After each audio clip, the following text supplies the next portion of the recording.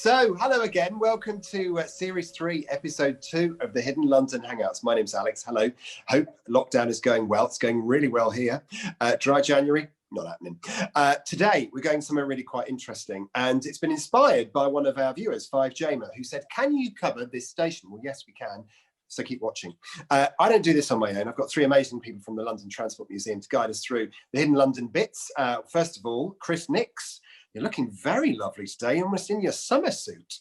Good evening, Alex. Well, I read in my notes that we were going to the Lords and realised only too late after I dressed up, you know. So it's full kind of cufflinks out for this one, but not just any cufflinks. They are Leslie Green tiling pattern cufflinks. Nice. Do you know, when I saw you in that suit, I did think Dickie Bird. Nice. And speaking of which, I thought you were going to throw a segue there. The other thing, Alex, just to say is that I've gone with the letter S on my mug because there's more than one name for this station. Oh, fabulous. Well, I've gone with A for Alex and suddenly realised it sort of looks like as large as my ears. Suddenly realised, look at that. It's amazing. Siddy Holloway, regale us with your beauty. She's now in the drawing room for the recording of this one. I sure am. I'm in the drawing room. Well, I felt bad that my background wasn't as glam and gorge as your background, so I decided to move it to my library. Here. It looks lovely, and there's a beautiful picture of Siddy. If you're very eagle-eyed, you'll spot there's a beautiful picture of Siddy playing piano with her dad. Yeah, very teeny tiny Siddy playing piano.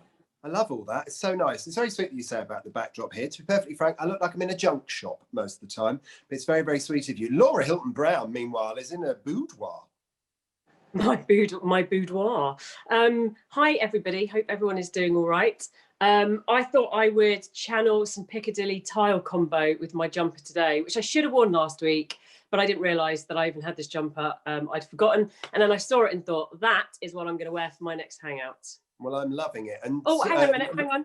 And Oh, I've also got, this is my water mug, but that's a little nod towards something today. Oh, very nice. Oh, that's good. I was going to ask you about water, actually, Laura. I mean, being a mum of two and in lockdown and homeschooling, how is Dry January going for you? Well, I failed this weekend.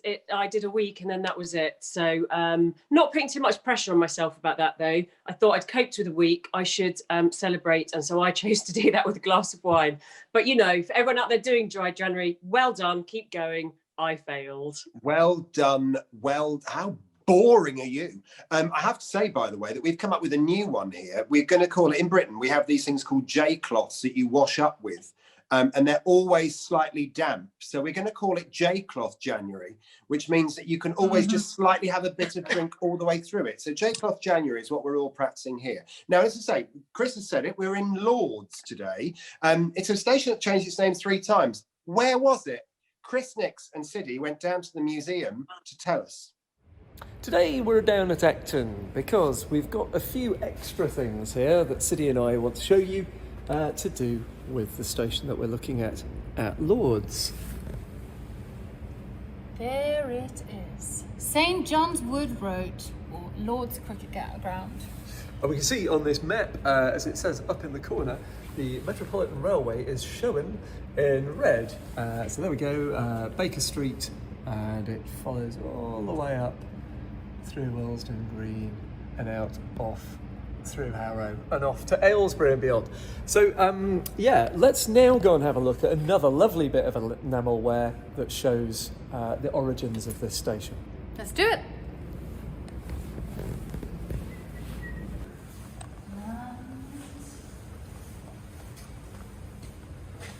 Ta-da! Well, here we are. St John's Wood Road, the original sign that would have been on the station. And this is quite an old enamel. You can kind of tell it's been, you know, it's got some scraps and scrapes on it. But in fact, there's quite an interesting story to this particular sign. Isn't there, Mr. Nix? Yeah, so this is a fairly recent acquisition for the museum within the last 5 or 6 years. And it survived being used as part of a fence line side before it was rescued and given to the museum. Can you imagine just a bit of priceless railway memorabilia from the Victorian era just Put it on your fence. Why not? Absolutely. But there's one nice little feature here, which quite often the punctuation can be a bit variable on tube signage, but there we go. The apostrophe used correctly on St John's Wood, just like St James's Park. And with that, back to the studio. I love her. She's so cool. And Mr. Nix, I have to say, by the way, you're looking hot to trot at the moment. Am I allowed to say that? Yeah. You could say it. He's like, well, maybe. I mean, I don't know. If you It's were not And Say. Do you know what Lovely. you could say, Alex, and Chris, don't hate me for this. You could say Oh dear. he's either going on safari in that lovely linen suit, or he's off to say yes for Del Monte orange juice. That's what springs. Oh, Do you know yeah. what? Do you know what? It's the rough end of a pineapple again line, isn't it? I love That it. is that's showing your age with the Del Monte reference, isn't it? Anyway, Well, carry Cut on. it out then. Cut it out. We sort of look like kind of characters in Cluedo. I could be sort of Miss Scarlet in the library. Laura could be Miss Blue in the bedroom. Oh, Chris is Well, Colonel anyway, Mustard. Moving on. Yeah, if I'm Happening Colonel again, everybody. Mustard, I'm It's going to have to happening just again. shave down to a tash So again, anyway- like I did in the summer. So here we are. Anyway, back at Lord's we are. And so this is a very strange station, okay? So first of all, you would go through this station, even now, and not know it's there, okay? So it's on the Metropolitan line. But in order to understand the history of all this, we have to go back to the 13th of April, 1868. Now, Chris was there at that time, and he can tell us exactly what was going on. Yeah, so there was an extra line built north of Baker Street by the Metropolitan and St John's Wood Railway. And if we just look here by Regent's Park, we can see where these stations are. I'll just kick you on to the next slide because you can see it a little bit more easily. Right at the top there, you can see Regent's Park. And to the left of it, there's St John's Wood, which is one of its later names. To the north, there's Marlborough Road, which was part of that same extension railway. And that was, over the years, that was adopted by the Metropolitan Railway. It was a single track line. The stations were effectively passing loops on that single track line when it was originally built. And then it was later upgraded into what we know today as a twin track mainstay of the Metropolitan line heading north. And we do have some photos of the original station. So here's the outside, which opened on the 13th of April, 1868. So a mere 5 years after the world's first underground railway was built in 1868, this station opens as St John's Wood Road, which is where it's located, on the end of St John's Wood Road. The station then gets a remodel in 1925 and loses the word road. It goes down to St John's Wood. And then in 1939, it gets very briefly changed to the name Lords on the 11th of June. And then by the 20th of November in 1939, it's closed. So a very, very short-lived station as Lords. And that's its kind of potted history. But I think we should just unpack this a little bit and have a look at this photo. What do you reckon? I think it's amazing. And Laura, you'll love this because there was a little newsagent and there was a little tea room, Laura. Do you know what? I love this picture. And I think I love it because I could imagine it being in a film, or kind of, you know, it just looks like you could pick it up and put it on a film set. And you could be forgiven, I think, with Lords. You know, if you did, I don't know London that well, or I didn't before I moved down here. And I think a lot of the narrative about it kind of says, oh, it's in northwest London. And my head would just take me to much further out, but it's still quite central, isn't it? You know, it's really close to central London. And it's had a real roller coaster kind of mixed journey. You know, too small to deal with the capacity of match days in the summer, but not busy enough at other times of the year. Demolition, rebuild, and things we are going to, you know, unpack today. But it's been, for a little old station there, it's been through quite a lot. Rebuild, rename, reconstruction. There's a lot going on. And I don't think I gave it enough credit to begin with, that it had, you know, the history and the story that it does. But I do think that that's a lovely picture, and I could just see it in a film set. It's gorgeous. And Chris, the platforms themselves were, well, to be honest, cluttered, weren't they? They were. Just to orientate you, this photo is taken stood on St John's Wood Road. To the left, there is Park Road. And that station front would lead you down onto the platforms, which are directly ahead of you. You're basically above the Metropolitan Line Railway in this photo, and the platforms are ahead of you behind that station facade. A couple of things just to note before we do take a look inside, though. You see that wall in the foreground where there's kind of razor wire on some metal poles. That was actually a vent, because of course this was a steam railway when it was built, and the smoke and the steam needed to be able to get out. So that razor wire is there to discourage people from climbing over the wall when they've had a few after match day and tumbling down onto the railway. There's a little wooden booth to the right there saying Metropolitan Railway book here. And that was an extra ticket booth that was added because the station wasn't big enough to cope with the numbers on match day. Quite sleepy at all other times. And then for a bonus point, I like the advert up on the, if I just go up on the top left there. Zoom it in, Chris. Zoom it in. Zoom in. Oh, look, here we go. Here he goes. Cobbett's Bats, who are based just around the corner on Park Road, making cricket bats. And on the right-hand side, there was Bobby's Balls. As long as they're not Wuhan bats, we're all right. Yeah. Touchy. Chris, whilst you're zooming, the Spears and Ponds little refreshment tea room, is that in that picture on the left? Is that where it is? I'd anticipated your question there. That window that I've almost centered is, you see, there's a kind of an ornate blind on that arched window. That was it. That was the tea room. Oh, I love that. See, me and Lord be in there while you two were rooting around in the dirt, wouldn't we? We would. We'd be having a little cup of tea and a cake. Cup of tea and a bun from Phyllis. That'd be fantastic, wouldn't it? And there's the platform. And I mean, it's actually a little bit dazzling how much advertising there was in such a small space.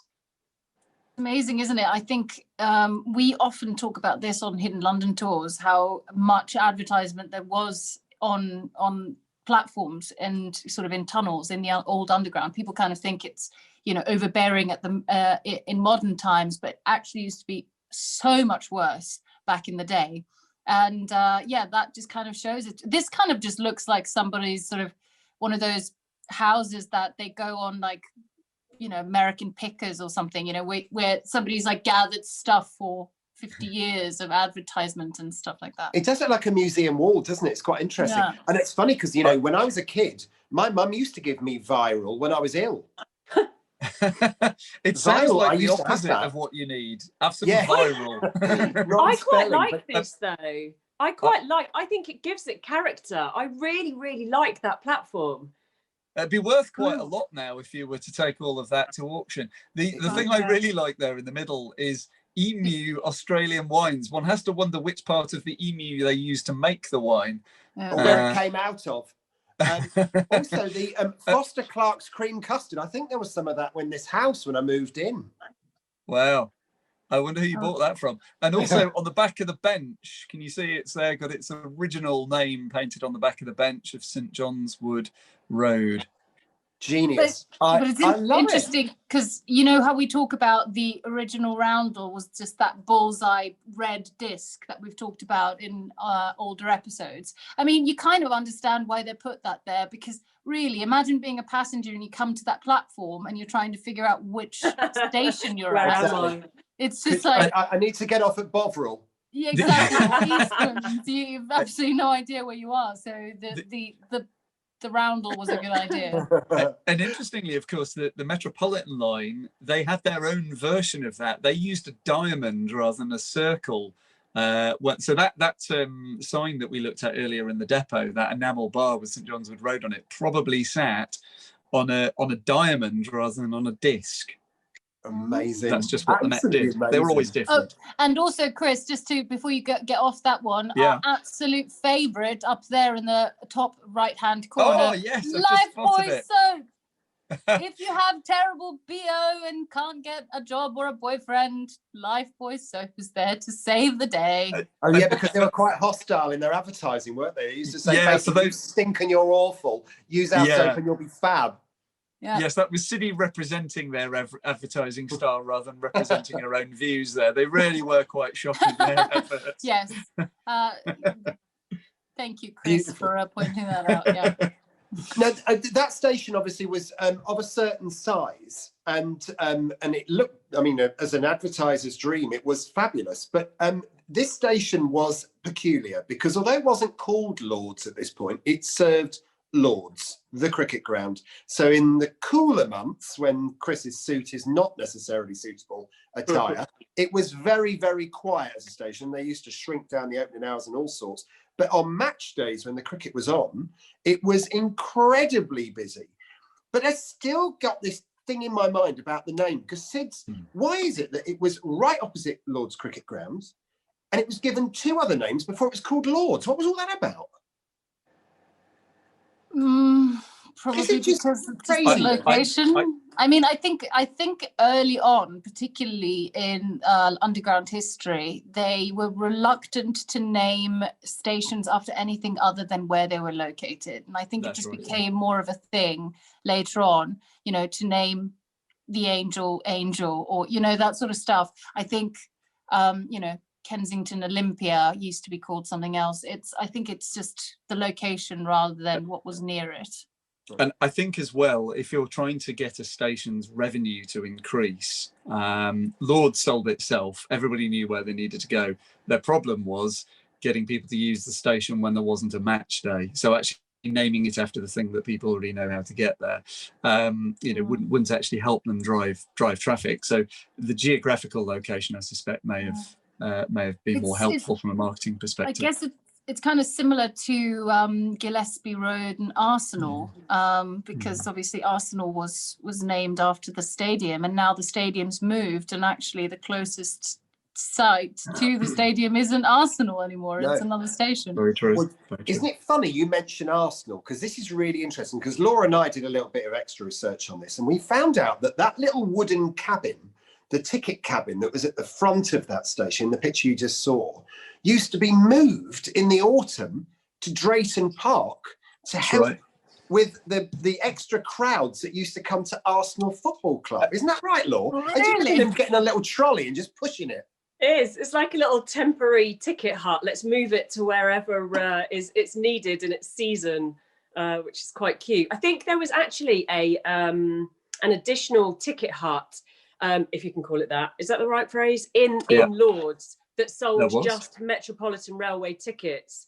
It had like an extra couple of windows there to support the booking office at Lords Station or St John's Wood in those summer months, because it just couldn't handle the volume. So they even had an additional ticket office in the cricket ground to help as well.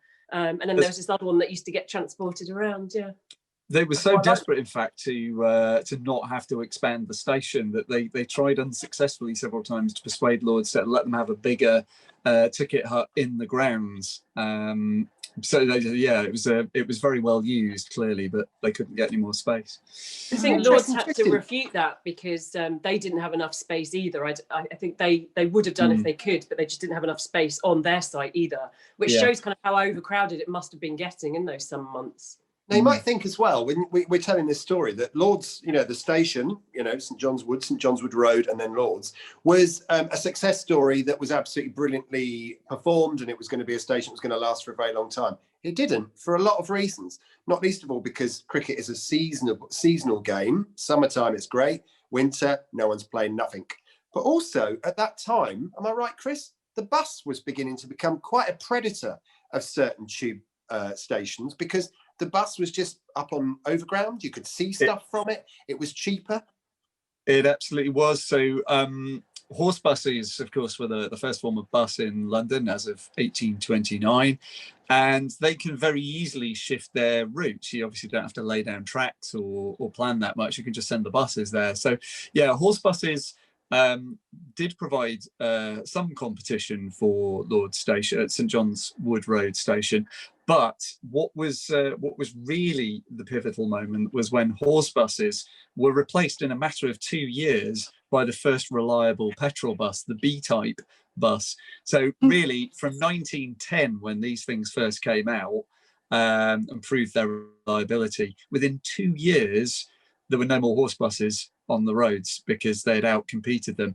And motorised buses really were serious competition for railways. And so that was one big thing which shifted during the station's lifetime.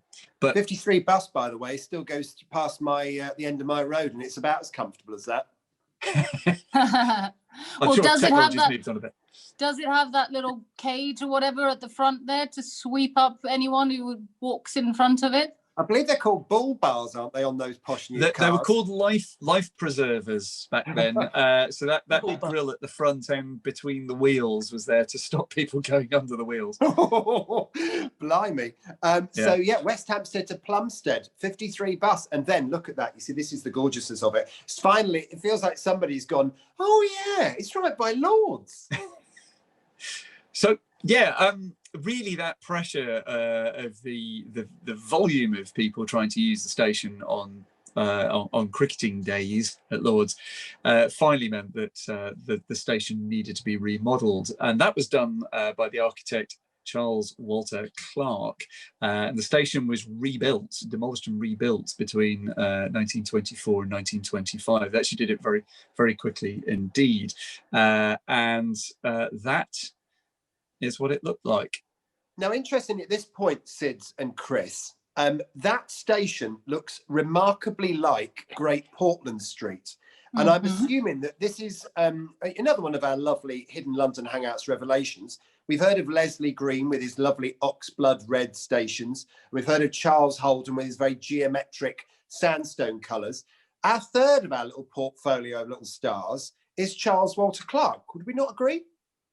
Yeah, absolutely. He did loads on the the Metropolitan line even, but around Baker Street and around, you know, the Euston Road, he did a lot of those designs, as you said, Great Portland Street as well. I think I'm right in saying he was actually a house architect, as in he built houses rather than station buildings, and was contracted by the Metropolitan line to construct houses and stuff for Metroland. Is that right? Yeah, he gave the look to Metroland, which was led by the railway buildings, and that look of Metroland is colloquially known as Clarkitecture. So yeah, he was quite a distinctive style. But there's a lot to drink in this building. Isn't it just? But there's a lot to drink in with all of this. We should do an episode on Metroland sometime, because I think there's so much fascinating stuff to go at, actually, with the whole expansion of London, thanks to the tube and all the design that went with it. But also, when you look at that, there are stations like Willesden Green and, as I say, Great Portland Street. And there must be others that look just like that. And when you go towards them, they're stunning. They're stunning little buildings. They remind me of mini Flatiron buildings. Take a look at a couple of bits of detail here, though. If we just look at the edge of the canopy first. Zoom, zoom, zoom. Right. So St John's Wood Station. So we've dropped the road now. It's just called St John's Wood Station. So as well as rebuild, it gets a rename. And then look, I mean, lovely detail with the M and the R in that very ornate canopy. But look above it. Look at the clock. Remember what I said about the way they did their signage? Oh yeah, that's nice. It's got the diamond and the bar. Oh, you are clever. You are clever, Mr. Nix. I'd not spotted that at all. Yeah, I hadn't either. And then you can see his old lady up there in the window. She was available at every one of those stations. There was always an old lady hanging out the window. Lady in the but that means that these must have been flats above. Or something. Oh yes. There were two flats above. There was a large one with space for servants' quarters, and then effectively a single bed one. Oh yeah, I mean, it's part of the business model of these. They attracted sizable annual rent, and if you look at the cost of building the station, the annual rent for the combined concessions on there effectively paid back the station within a decade or two. The two first floor flats, by the way, Chris, varied in size, with the largest being offered for £100 an annum and the smallest for £65. The latter was fairly basic, with living room, kitchen, bedroom and bathroom, but the larger included an additional bedroom together with a room for the maid. Somewhere for me to stay, finally. For And if I £100. remember, if I Yeah. remember correctly, it was less than 15 grand to build the station. Wowzers. So It was yeah, a bit so of a money you know, spinner, wasn't the it? rate of payback's pretty good. So do you reckon the old woman hanging out the door, do you reckon she was the maid?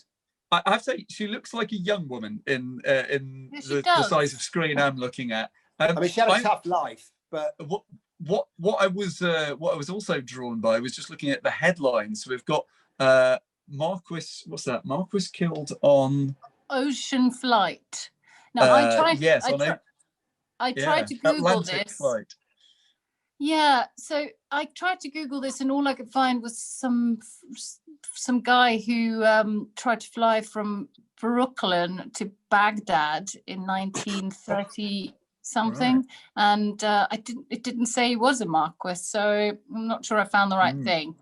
If any of our viewers have more luck, please feel free. Or the possibility a journalist might get it wrong. Shock horror. They wouldn't do that.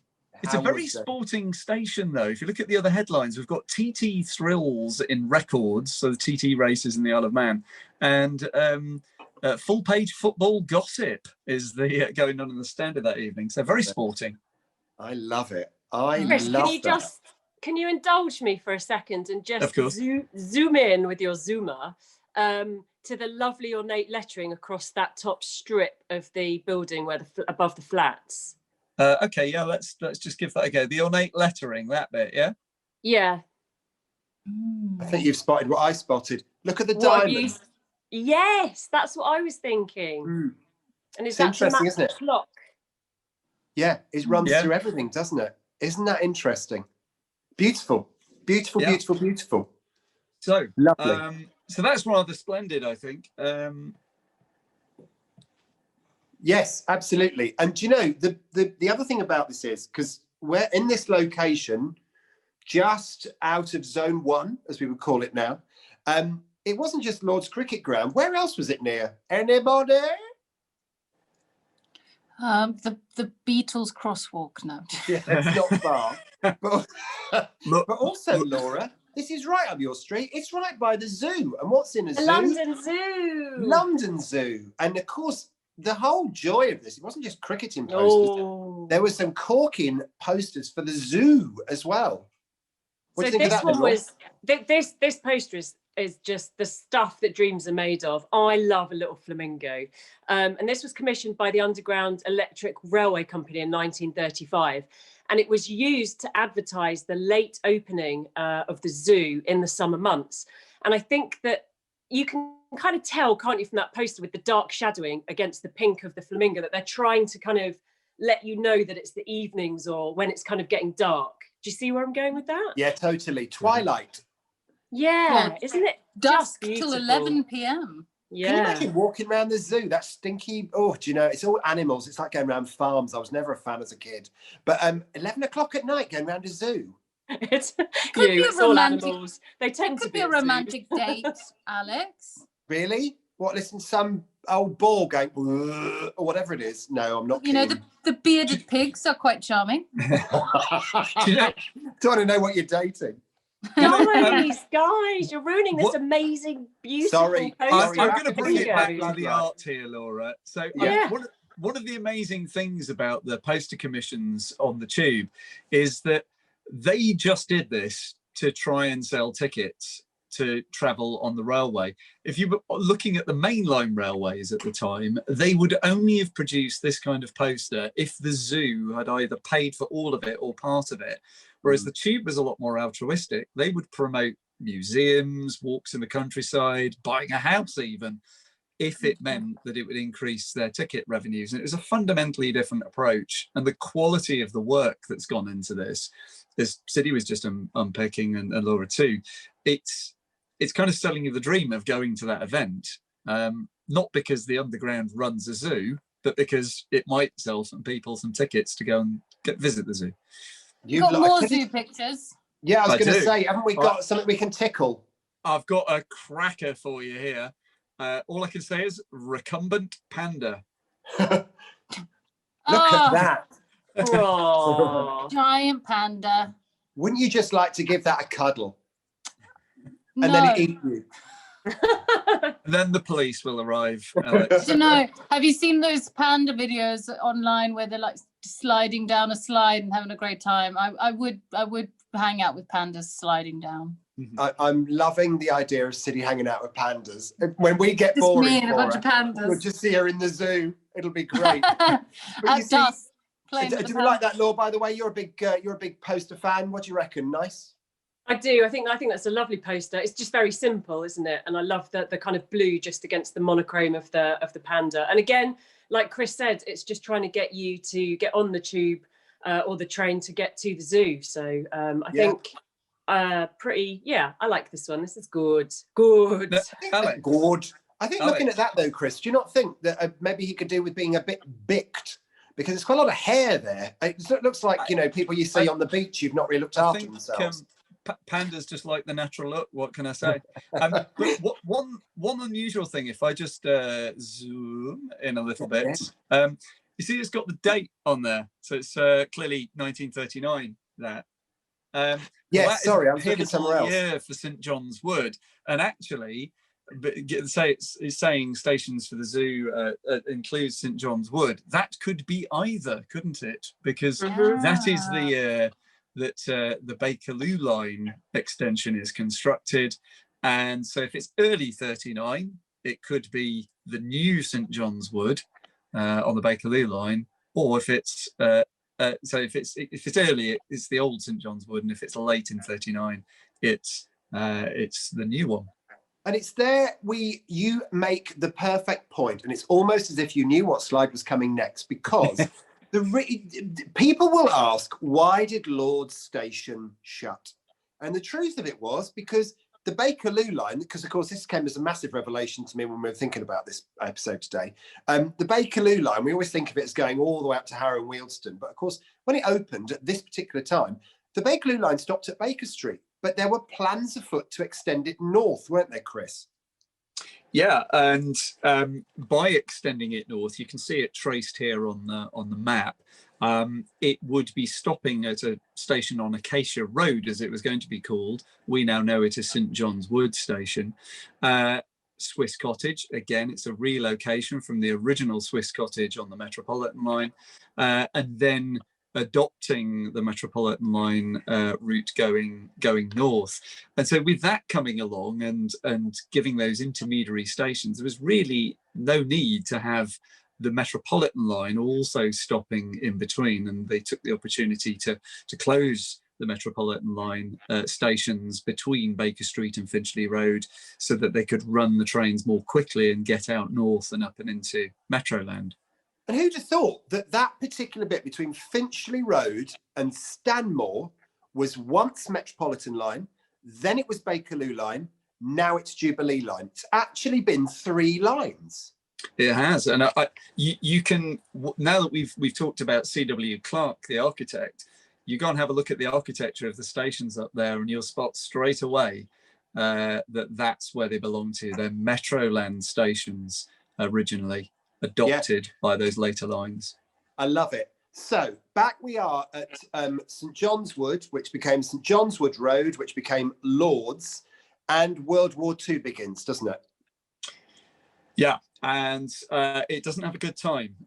So by this point, the station is closed, but any chance of it getting a late reprieve and being reopened really started to go away once the Blitz was happening. So there you go. There's an internal shot of it after a bombing raid. And so that was in 1939. It closed, and then this is during World War II. Absolutely got bombed to bits. And I suppose by that point, SIDS or anyone else really, this was the point at which it became just financially impossible to bring it back, even if they'd wanted to. Yeah, I think what we failed to remember is that, after the war, not only was there immense amount of rebuilding that had to take place in London, but there are also, thousands of people without homes. So really, if you already had a station that wasn't being used very much or wasn't very, profitable, there's no need to bring it back. There was, other priorities absolutely, vital to, you know, kind of restarting life in London again. So completely understand why they would just simply abandon this site. And of course, as in previous episodes of this, when we were talking about expanding the Northern Line north or getting the Central Line to go out, at that particular period of time, there was only an amount of money to spend, and they had to make big priorities about how they spent money during World War II and beyond, didn't they? So they decided not to make expansions to the Northern Line. They did decide to spend money opening up the Central Line east. So of course, stations like this, again, had no chance really of having a future. No, I mean, all they did was tidy it up and move on. Now, it's worth just taking a look at this photo because there aren't many photos of the inside of Lord's station. And this helps you to understand how the station was built. So it's essentially built in a cutting. It's only just below ground. And originally, you would have come down from the ticket hall from the right-hand side here, down these stairs with the wrought iron balustrades to them. And then you would have fanned out to the left or right, depending on which platform you were going to. And those platforms were just built against the cutting walls.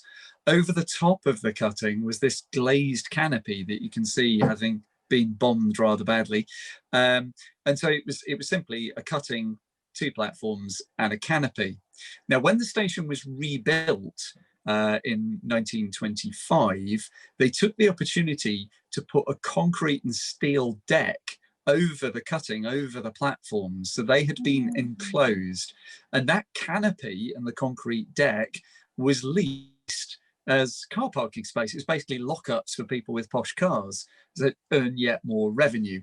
Why am I mentioning that? Well, that's important later for some photos that we'll see. And this photo is the best one at just explaining that construction.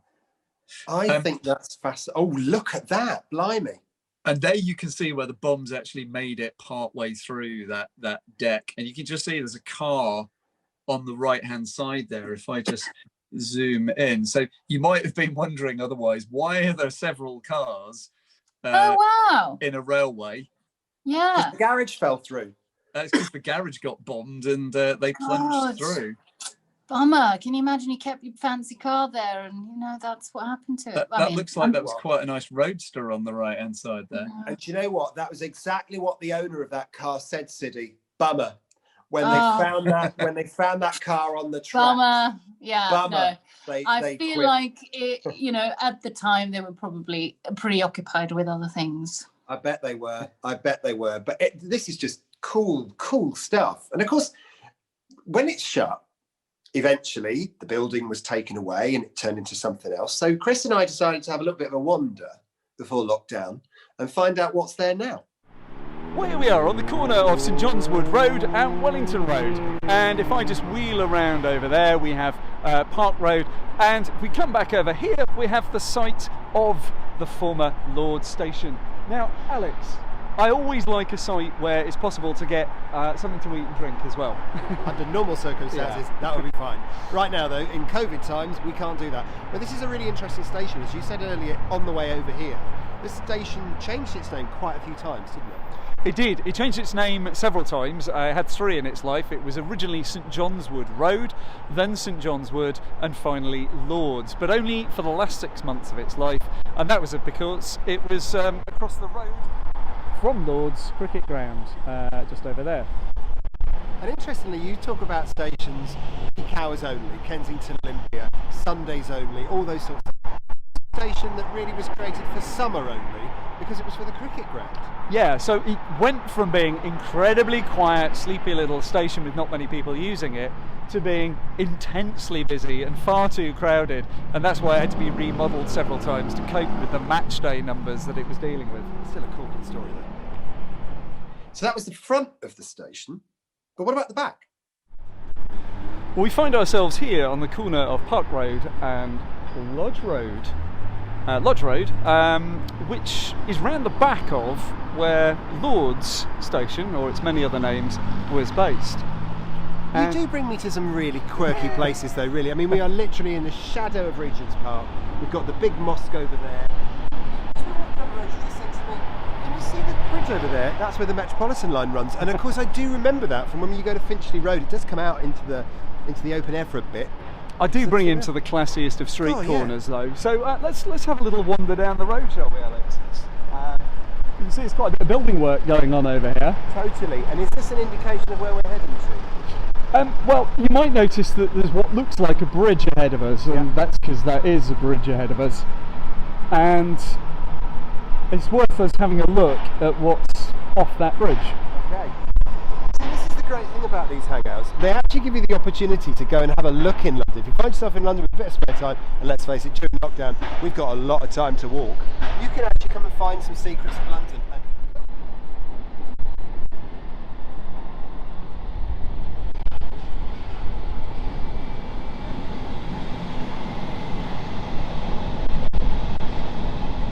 So there you go, that gives you an idea of what it's like now. And, you know, the front and back of a hotel, but that is exactly where it was. And of course, that garage that Chris talked about earlier is kind of still there. It's still a car park for a hotel. So that is, in a nutshell, Lord Station. So I hope Jamer 5 or 5 Jamer, that was okay for you. Gives you a little bit of an idea of where it was. And Laura, a bit of panda action for you. Siddy, a bit of history and some nice tiles. And Christopher Nix, as always, you could wear your suit and look fantastic in Lords. Well, yes, thank you. It's I could go and keep score. Now that could have been it. You get an idea of what it's like now. But yesterday, and only yesterday, Mr. Nix went rummaging and found some more stuff about Lords. Yeah, so one of the joys of our collection is that there are some parts of it which have only been partially scanned and partially catalogued. And I went digging to have a look in some of these really obscure bits to see what else there might be. I was rewarded by finding an album with these images in it. Oh, wow. What is that? Is that the station? Yeah. So where Alex and I were just standing on that bridge, if you'd have turned around and looked the other way, that is the canopy of the station. And those private garages that were bombed during the war were turned into a car company, basically. I'm not sure whether they maintained or sold cars, but there it is. That's their entrance off Lodge Road. And this, in 1971, was completely demolished. The whole station was completely demolished. And into 1972, it was turned into a new steel and concrete deck for the buildings that now sit on it, that hotel that's there. But this gives us an insight into that station, which no longer survives in earlier photos of it as a working station. So I thought it'd be quite nice to have a look at what it looked like in the 70s. Nice. And you've got another one, did you say? Oh, yeah. So this is how the station facade looked. Wow. It looks, weird. It looks a bit sort of plain and a bit kind of converted. I also love the fact that there's the ubiquitous jag of the 70s in the background. Much loved by ne'er-do-wells and bank robbers, and also classic car enthusiasts. And this is this was the bridge over what we would now call the Chiltern Railway, which again has been decked over as part of this project. And this is peering over that bridge. On the left-hand side here, we can see that canopy of the station, which by this point has just got kind of corrugated iron over the canopy after that bomb damage, presumably. And if we carry on, this is it viewed from the other side of the track. So that's the canopy in the side of the station building. Okay. And look what we get when we go inside. When they start lifting the lid off it, do you remember that staircase that I pointed out to you? Well, there it is. It had survived all that time. It looks like the staircase in the Titanic. In a way, it was. It did sink a bit. Well, in the film. Yeah. It's it sort of met its maker in a similar way. Blimey, there you go. Look. And you can see this is that concrete deck they put in 1925, and the kind of the sunken arches of the platform walls and the footings for the wrought iron canopy. And then, sorry, I'm skipping ahead. And then this is it completely demolished. So as you can see, nothing survives of Lord's Station. It was just completely obliterated to make a footing for these huge steel beams with a lovely bit of health and safety work there. Similar to Wow. Alex going to get his Christmas decorations up in the attic. It was really, and me and my slippers on the ladder, that was really good with the vertical drop. That was great fun, wasn't it? But well done, Chris, for having a route round. Finally, there's more. They deck it over with all of those steel beams ready to support the hotel and the flats that are now being rebuilt yet again over the Chiltern Railway. And this is where we were looking down onto the platform track with that train coming past, where they're just building line side equipment. And the final shot is as Lords looks today. When you travel through it on the tube, it's no good looking for a historic station, because that is what the platform areas now look like. Do you know what that reminds me of?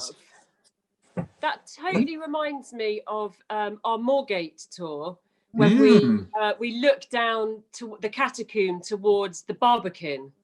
Yeah, it does look like that. Do you hear me? Yeah. How All bizarre. that concrete. All Yeah. that concrete. Less pretty than we thought it would be, eh? But what a great little set of pictures, guys. Well done. That's amazing. And we've been talking, so that was Lords, okay? St John's Wood Road, and then Lords, and then shut in 1939. And eventually everything got cleaned up, and it's all just concrete joy now. But that was, so I hope that was okay for you at 5 Jamer. Thank you very much for getting us to have a look at that.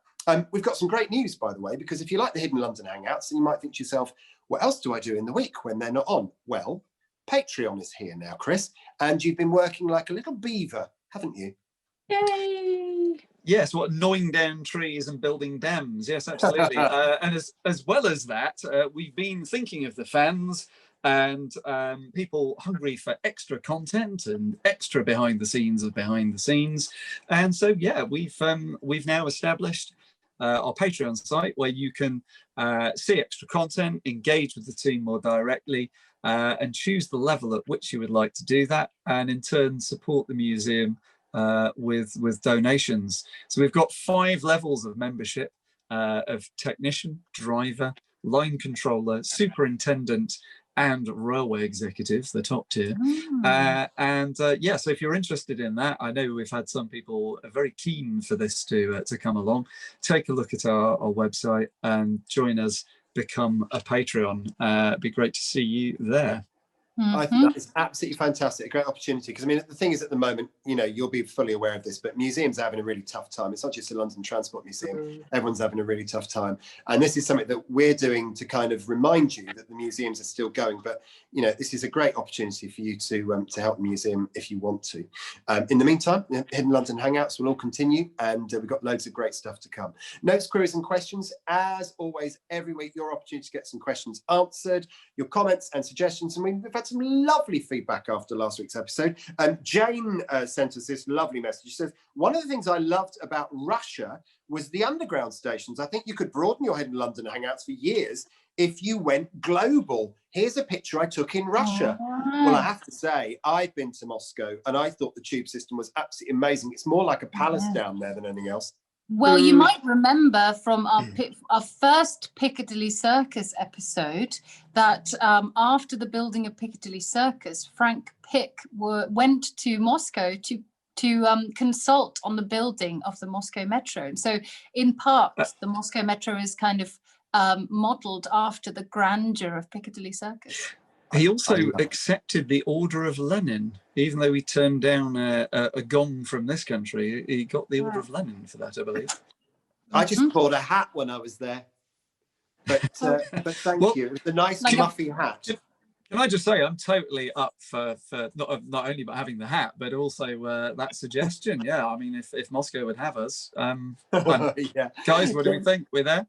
I'd love to. I'll go to Moscow for sure. We'll go in the summer, though. It's a bit bleak in the winter, I have to say. It's a bit We could just drink lots of vodka. Good girl. You're talking my language, my darling. This is good. Mark sent us a message as well. He said, I've got a question. When you and Chris were at the top of the stairs at Piccadilly Circus before going down, on the wall behind you, there was a small blue square with numbers on, and I've seen them before at other stations, usually by stairs or passageways. This is an example. What is it all about? One Team, for Siddy, anybody? One for Well, Siddy. everyone. These are SID numbers. And you may think, are they marking out where Sid, has been on the Underground?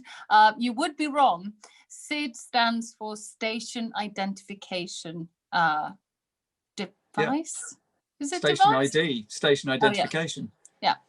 And Damn it, I blew what's that. in those But yeah, cupboards? so essentially it means each part of an underground station's got market areas of what is there. So it's for fire evacuation, so they could check off each area quite quickly.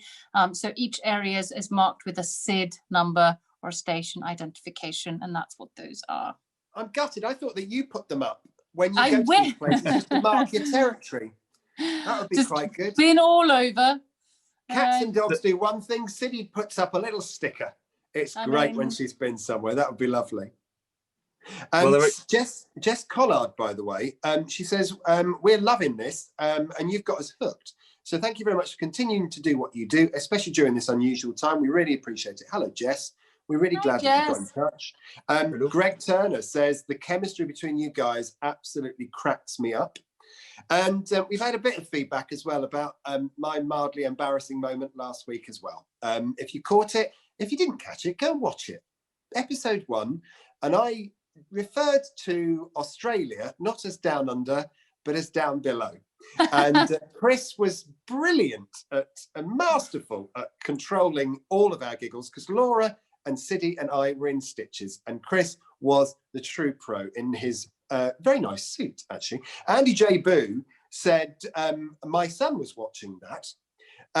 He loved it. He was fine. But from now on, it's going to call Australia down below. This is going to be very good in a geography lesson. His career in the Foreign Office has been cut short by that. Jack Pittman said, your slip of the tongue had me absolutely dying. And it had me dying as well, unfortunately. 22 years of broadcasting, I've never actually blooped like that before, but it was very good. So well done, Chris. You really held it together. Superstar. I don't understand. What do you mean? There was nothing wrong with that, of course.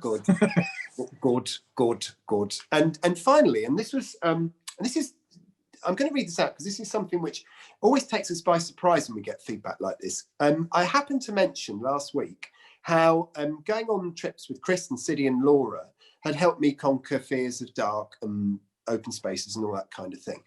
And then you get a message like this, and it doesn't matter who sent it, but thank you very much. It said, I arrived at the Hidden London Hangouts for the behind-the-scenes information. I stayed for the good humour and wit.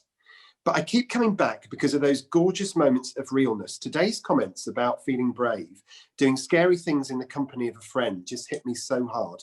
Thank you for sharing your beautiful soul with us. You are heard, you are seen, and you make a real difference. It's not just me, it's my team of 3 as well, and they are amazing. So Chris, Siddy, and Laura, thank you so much for being you and being real in these really weird times. Siddy, thank you. Thank you so much. And thank you to everyone watching. It really means the world to us. And Chris, thank you so much. Thank you. Highlight of the week for me, being here with you guys. It's been really good fun as always. And I believe we've got an anniversary to mark, haven't we? We with Laura? certainly do. And that was why I was going to say, Laura, we need to say a very, very special hello to Evie, who is celebrating her. She's so old now. She's 10, Laura. You're so sweet for all doing this little shout out for her. That'll make her day. So happy birthday to my not so little girl, Evie, who is 10 this week. And it's been a bit, because it's lockdown and she can't do that much. But she loves watching these Hangouts too. And she loves these 3. And so that's going to mean a lot. Thank you, guys. Happy birthday, Evie. Happy birthday. Yay! Happy birthday, Angel. Lots of love from all of us. And Andy Boo, your son, who now calls Australia down below, Isaac, we love you too. So thank you very much indeed. If you want to follow us on Instagram, it's Chris Nick, Siddy Holloway, Hidden London Law, me, Alex Grundon, and tip a hat wink to LT Museum as well. We're all on there. While you're on YouTube, subscribe, like, and comment below. If you've got a question about the London Underground or indeed history of anything to do with transport in the capital, we'll try and get you an answer and bring it to you in a subsequent episode. As I say, keep that feedback coming. We'd love to hear from you, and some of the corking stuff we read out at the end of every episode. From all of us, just keep yourself safe, all right? It's grim time, but stay safe. Have yourself a great day. Do stay safe, and we're back next week.